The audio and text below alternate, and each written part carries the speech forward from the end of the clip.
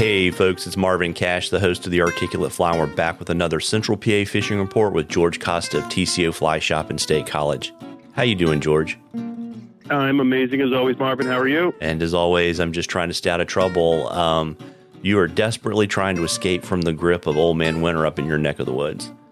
He's on his way out. It's getting pretty rainy up here in the next couple of days, which is actually really good because we don't have much snowpack and we're pretty low as far as seasonal levels go right now. So the rain is welcome and it's starting to warm up a little bit. It keeps going up and down, but hatches are pretty much underway up here. We've got good olive action all week. These cloudy, rainy days for the next few days here are going to be really good for olives, I think. I expect the water to come up a little bit, get a little off color, but I don't think it's going to get blown out. It's, maybe 3/4 of an inch of rain over the next 24, 48 hours, somewhere around there.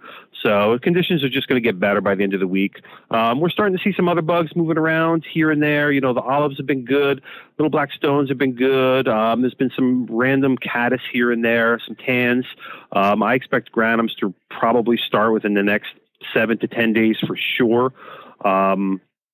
So we're on the verge of spring. We are just about there. We got opening day, state of Pennsylvania coming up next weekend. So that's always a blast, shall we say? Those stock trout streams are going to be getting pounded. But go out there and have some fun because we're just about in the midst of the season. Just about to get there. Yeah. So are you a Mepps spinner fan? Is that your game? Only Rapalas or Rapala, depending on which side of the mountain you live on.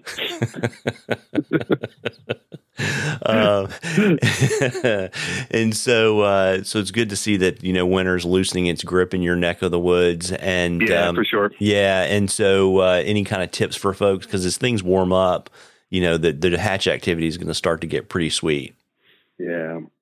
Best tip this time of year when we start getting into this, the hatches and the fish actually really starting to key in on specifics is just take your time and really pay attention to what fish are eating. Some fish are going to be, as we have multiple hatches starting to stack one on top of another. If you got caddis and olive going on the same time, really take your time, observe what the fish are eating. If you're making good drifts over a fish and you're not getting a response from that fish, change your pattern, change your presentation. Don't get frustrated. There's usually one thing out of 5 you can change will often result in being way more successful on the water. Gotcha. And do you like to fish like a dry and a dropper to try to kind of bracket 2 different kinds of insects in those situations?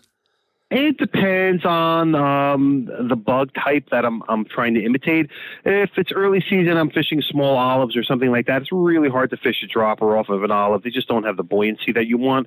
That's more of a later in the season when we start getting some, March browns or a bigger caddis where you can then do a dry dropper. That'll work well. Granums are a great example. You can use like a big size 12 elk hair caddis and suspend a pupa off the back of it. That's a super, super productive way to fish.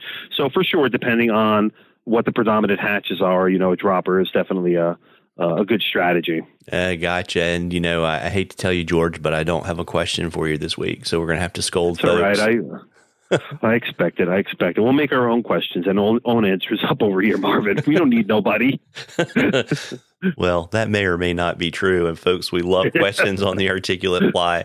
And you can either email them to us or DM us on social media. And remember, if we use your question, I will send you some Articulate Fly swag, and we are in a drawing for something cool from the shop at the end of the season. And of course, we want George to be happy, and we want his heart to grow 3 sizes. So please send us questions. I love that. You like that? I do. It's never too late for a Grinch reference. Sure. And it fits so well. And then you want to let folks know, I know you had a few classes left, if you've got any of that kind of good stuff and hours and all that kind of good stuff. For sure. Tying classes are pretty much wrapped up for the season right now. As we get into April, May, we get pretty busy around here and time becomes a precious commodity. We do have some spots open for some Euro nymphing classes with our head guide, Sam Galt. He's filled up for this week, but we've got classes coming up in April and May that he's got a few spots left for, so check those out. Anybody out there that's new to the sport or knows a beginner that wants to get started, I've got all my beginners classes. I'm booked up, I think, until May or June for those, but a little later in the season, if you got any beginners out there you want to show how to do it without actually showing them how to do it and sending them off to a class with me, we've got some spots left for them. And other than that, other shops are busy. All TCOs are busy. We're all stocked and full to the brim right now, ready for the season to start. Usual spots to get us. We're here at 2030 East College Avenue in State College, on the world's wide webs at tcoflyfishing.com. Well, there you go. Well, listen, folks, as things start to warm up, you owe it to yourself to get out there and catch a few. Tight lines, everybody. Tight lines, George. Take it easy, Marv.